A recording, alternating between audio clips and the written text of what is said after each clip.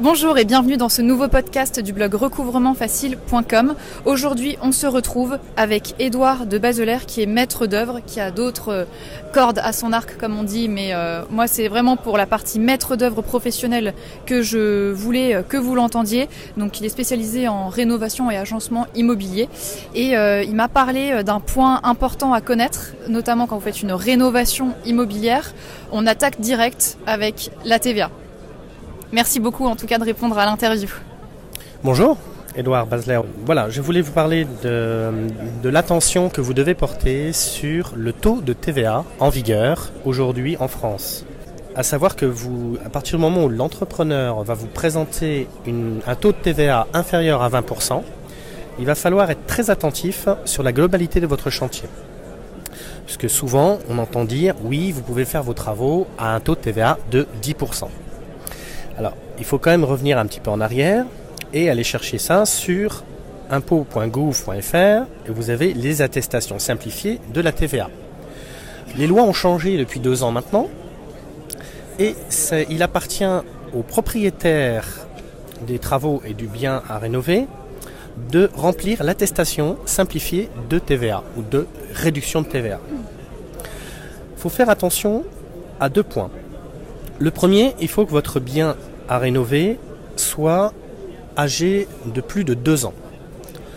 Et le deuxième point très important, il ne faut pas que vous affectiez un nombre supérieur de 5 corps d'État, ou de 5 éléments, comme ils les appellent dans la fiche simplifiée, qui impliquerait donc un passage de la TVA, non pas à 10, mais à 20%. Donc à savoir, je vais vous donner la liste exacte. À partir du moment où vous cochez, ça touche les planchers de la résistance ou la rigidité de l'ouvrage, des huisseries extérieures, des cloisons intérieures, donc quand vous faites une modification pour une division de logement, c'est très important, l'installation sanitaire, donc tout ce qui est plomberie, l'installation électrique et du système de chauffage. Si jamais vous dépassez donc un total de 5 corps d'État, de facto, vous êtes obligé de passer à une TVA de 20%. Petite parenthèse toutefois, vous avez également un taux de 5,5% qui sera uniquement dédié pour les travaux énergétiques, de valeur énergétique, à savoir tout ce qui est double vitrage et vitrage, que ce soit porte ou les huisseries extérieures, fenêtres, etc. Baies vitrées également. Mais également tous les travaux d'isolation, soit par l'extérieur, en ITE, soit sous toiture. Donc il nous disait, Édouard, qu'à ce moment-là, on a une TVA de 5,5%. Ok. Et qui s'occupe de remplir cette déclaration ?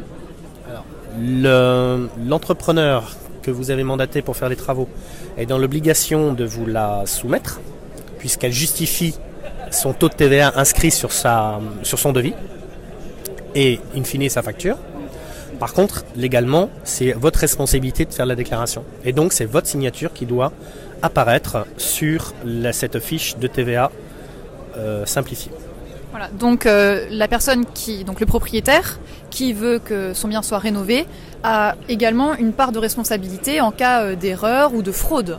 Tout à fait. Là, les agents de l'État, chers à nos gouvernements, viendront directement chez vous en cas de contrôle, même si c'est un contrôle chez l'entrepreneur. Il pourra regarder ces fiches d'attestation simplifiée de la TVA et vous faire un redressement en cas de... Enfin, s'il estime que vous avez outrepassé vos droits. Voilà, donc ne le prenez pas à la légère, puisque la responsabilité n'est plus limitée exclusivement à l'entrepreneur qui réalise les travaux. Parfait, merci pour cette explication. Je vais mettre le lien sous ce podcast vers la déclaration simplifiée, sachant que Édouard nous a précisé qu'elle change tous les ans. Donc tous les ans ou régulièrement, on va dire. Pour être sûr d'avoir la bonne déclaration, il ne faut pas hésiter à retourner sur d'impôt.gouv.fr là, pour être sûr en fait d'avoir à jour ces déclarations. D'ailleurs, quels que soient les documents officiels, il faut toujours les prendre sur le site parce qu'elles sont régulièrement mises à jour et on ne le sait pas. Dernier point qu'on a évoqué ensemble, c'était sur l'assurance. Parce qu'on parle toujours de l'assurance de l'entreprise, la décennale, la biennale. Mais toi, tu m'as parlé d'une autre assurance.